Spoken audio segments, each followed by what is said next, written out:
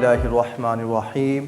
अस्सलामु अलैकुम स्टूडेंट्स, उम्मीद है आप सब लोग जहाँ होंगे खैरियत से होंगे और खुशबाश होंगे। अल्लाह आप सबको अपने हिफ्ज़ अमान में रखे। तो क्लास 9th की मैथमेटिक्स हम लोगों ने स्टार्ट की हुई थी। तो आज chapter 2 real and complex number की एक्सरसाइज 2.6 का मोस्ट इम्पोर्टेंट क्वेश्चन नंबर 7 आपसे डिस्कस करेंगे।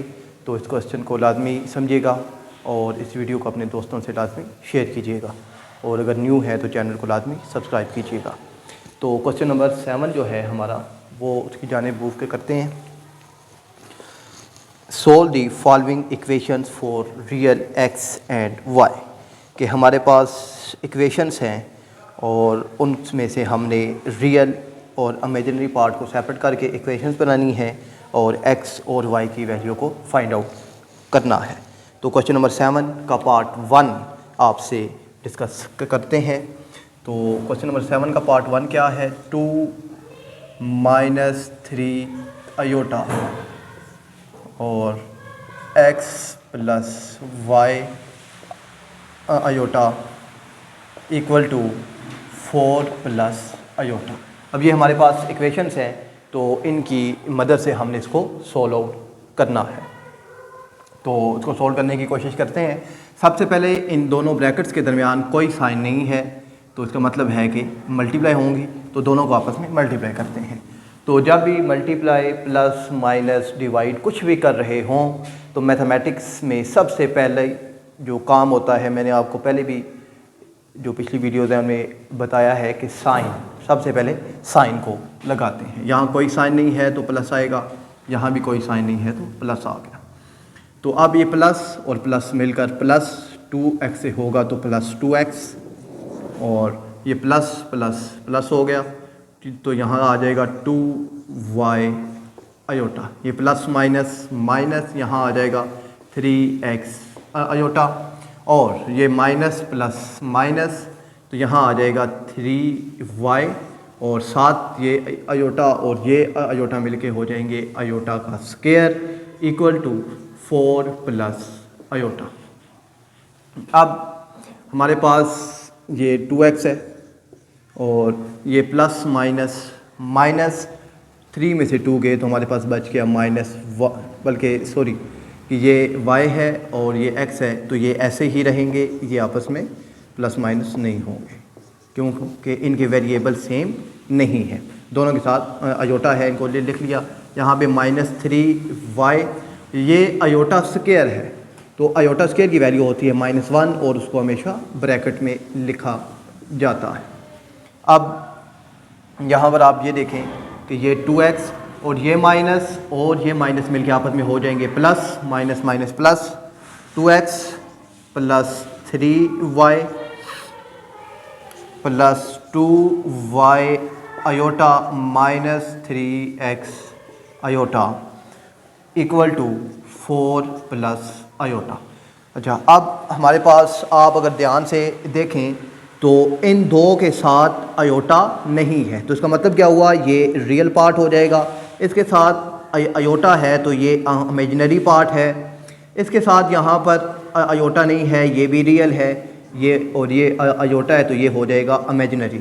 अब दरमियान में इक्वल का साइन है, तो हमने यहाँ पर दो इक्वेशंस बना देनी है, रियल वाले को रियल की इक्वल और इमेजिनरी नंबर को इमेजिनरी के इक्वल करना है। तो अब इनको इक्वेशंस को करते हैं। 2x + 3y इक्वल टू 4, इसे नाम देते हैं इक्वेशन 1 का, और ये जो है 2y iota -3x iota equal to iota, इसे नाम देते हैं इक्वेशन 2 का।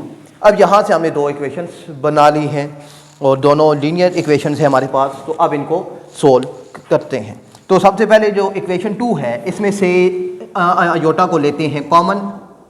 आयोटा कॉमन आएगा, यहाँ रह जाएगा 2y - 3x इक्वल टू, तो यहाँ पर रह जाएगा आयोटा।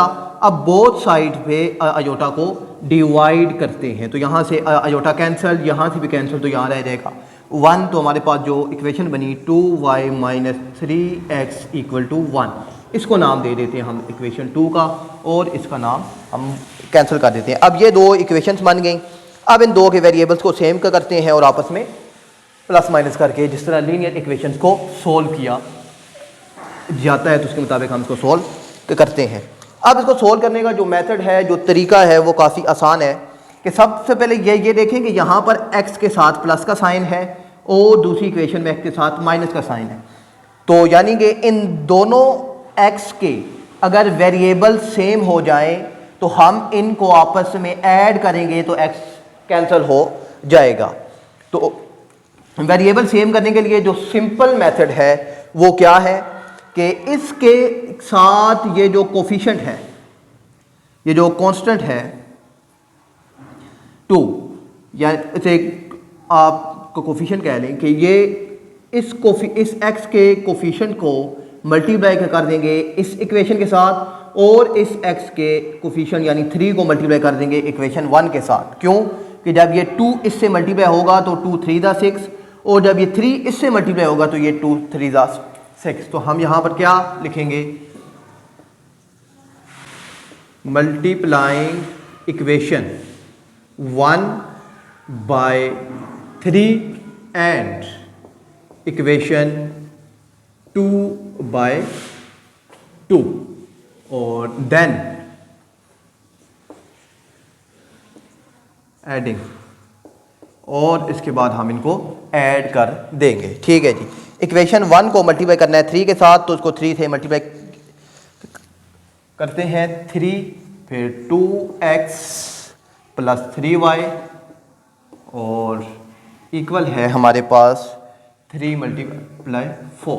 क्योंकि ये 3 इस सारी इक्वेशन के साथ मल्टीप्लाई होगा तो बोथ साइड पर मल्टीप्लाई होगा, और इक्वेशन जो 2 है ये मल्टीप्लाई होगी 2 के साथ, तो इसको भी लिख लेते हैं जी 2, और ये हमारे पास आ जाएगा 2y minus 3x equal to 2 multiply 1। अब यहाँ पर 3 2 ज़ा 6x और प्लस 3 3 ज़ा 9y, और यहाँ पर आ जाएगा 4 3 ज़ा 12। और यहाँ पर इस इक्वेशन को अगर आप देखें तो हमारे पास क्या बनेगा, 2 2 ज़ा 4y माइनस 3 2 ज़ा 6x इक्वल टू 2 1 ज़ा 2।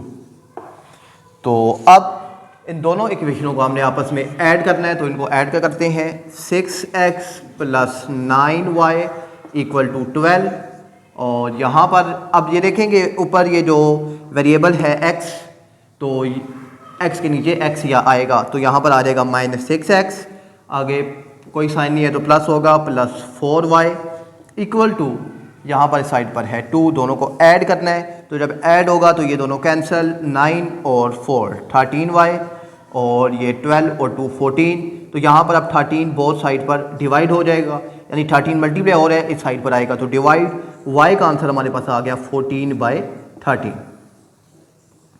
और अब y का आंसर आप इन दोनों इक्वेशन में से जिसके अंदर भी पुट करेंगे तो आपके पास x का आंसर आ जाएगा। तो मैं इक्वेशन 1 के अंदर इसको पुट करता हूँ, तो मैं यहाँ पर लिखता हूँ पुटिंग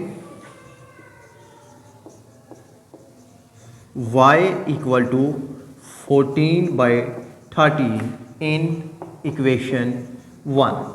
तो इक्वेशन 1 के अंदर इसको इंटर करते हैं, तो इक्वेशन 1 है जी हमारे पास 2x plus 3y equal to 4। अच्छा, अब 2x ऐसे ही प्लस 3y का आंसर है हमारे पास 14/13, और ये इक्वल टू 4। अब यहाँ पर ये क्या आ जाएगा 2x, ये 14 इससे मल्टीप्लाई हो जाएगा, 4 3 दा 12 और 3 1 दा 4 42/13 इक्वल टू 4। अब ये प्लस हो रहा है इस साइड पर आएगा तो minus 2x equal to 4 minus 42/13, और अब ये 2 जो है ये मल्टीप्लाई हो रहा है इस साइड पर आएगा तो हो जाएगा डिवाइड, तो हमारे पास x का आंसर यहाँ से आ जाएगा 4 माइनस 42/13 डिवाइडेड बाई 2। तो आप इसको अब सोल्व करेंगे तो आपके पास इसका आंसर आ जाएगा। तो उम्मीद है कि ये क्वेश्चन आपको समझ आ गया होगा। तो इसका पार्ट 2 जो है उसकी जानिब मूव करते हैं और देखते हैं कि वो कैसे सॉल्व होगा। ये काफ़ी अहम के क्वेश्चंस हैं तो इनको लाजमी आप लोगों ने समझना है और एग्ज़ाम्स के लिए। इसका क्वेश्चन नंबर 7 का पार्ट 2 देखते हैं और पार्ट 2 है जी हमारे पास 3, बल्कि पार्ट 2 भी इसी तरीके से होगा कि मल्टीप्लाई हो रहे हैं। मैं आपको पार्ट 3 सोल्व करवा देता हूँ, आप पार्ट 2 की प्रैक्टिस खुद कर लीजिएगा। तो पार्ट 3 है 3 + 4 अयोटा, यहाँ पर स्केयर है तो स्केयर वाला एक सोल्व करवा देता हूँ आपको। स्केयर -2 और x - y अयोटा और +2 अयोटा -1। सवाल देख लूँ। 3 + 4 अयोटा का whole square -2 x - y iota equal to और x - y iota equal to x + y iota. अच्छा, यहाँ पर है जी हमारे पास इक्वल है x + y अयोटा। अच्छा, तो ये इसको सॉल्व करते हैं। तो सबसे पहले यहाँ पर स्केयर है तो स्केयर वाला फार्मूला ओपन होगा। तो यानी a हमारे पास 3 है और b हमारे पास 4 अयोटा है। तो उसका फार्मूला ओपन कीजिए, a + b स्केयर वाला।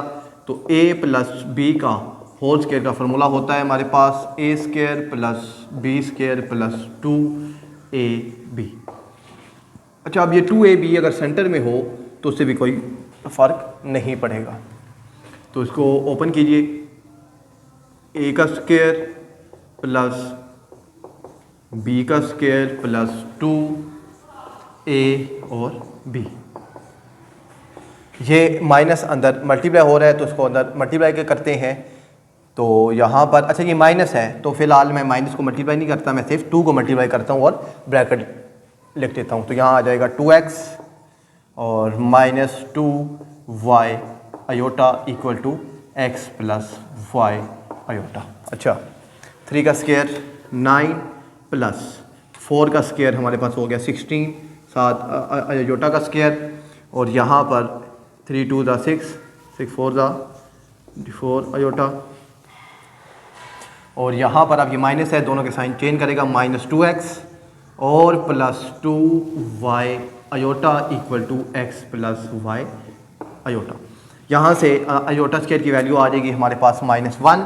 तो यानी 9 + 16 अयोटा स्केयर की वैल्यू -1 प्लस यहाँ पर है जी हमारे पास ये 24 iota -2x + 2y iota equal to x + y iota. अच्छा, अब ये प्लस माइनस 9 - 16 और यहाँ पर अब ये देखें इसके साथ अयोटा है और इसके साथ अयोटा है और इसके साथ अयोटा नहीं है। तो इसको मैं पहले लिख लेता हूँ -2x के साथ अयोटा, इसे बाद में लिखते हैं 24 iota + 2y iota equal to x + y iota. अच्छा, यहाँ पर अब 60 में से ये 9 गए तो यहाँ बच गया जी हमारे पास -7 - 2x और यहाँ पर है +24 iota + 2y iota equal to x + y iota. अब ये रियल पार्ट है, ये इमेजिनरी पार्ट है, ये रियल है और ये इमेजिनरी है। रियल वाले को रियल के बराबर करते हैं जी, -7 - 2x equal to x, equation 1। और यहाँ पर आप देखें 24 iota + 2y iota equal to y iota. y common लेंगे तो y क्या हो जाएगा, ख़त्म। तो हमारे पास रह जाएगा 24 + 2y इक्वल टू y। इसे नाम दे देते हैं इक्वेशन 2 का।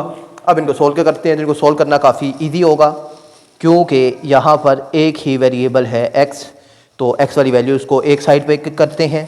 तो यहाँ है जी मेरे पास -7 और -2x इक्वल टू x है। तो पहले x की वैल्यू फाइंड करते हैं। -2x को उठा कर उस तरफ ले जाएं, -7 इक्वल टू x + 2x हो जाएगा। x इसके साथ कुछ नहीं है, तो 1 2 और 1 3, तो यहाँ आ गया जी 3x इक्वल टू -7 और x का जवाब आ गया आपके पास -7/3। और यहाँ से आप अब y का आंसर अगर फाइंड करें तो y है जी हमारे पास 24 + 2y इक्वल टू y है, तो प्लस y को उठाकर इस तरह साइड पर ले, y प्लस है इस साइड पर आ जाएगा माइनस, और ये प्लस है उस साइड पर जाएगा तो हो जाएगा माइनस, यानी 2y - y इक्वल टू -24। ये y इस साइड पर आया माइनस हो गया, ये प्लस 24 इस साइड पर आया तो माइनस हो गया, 2 में से 1 गया तो हमारे पास रह गया 1, y इक्वल टू -24। तो ये आपके पास x और y का आंसर आ गया है। उम्मीद है कि आपको समझ आ गए होंगे।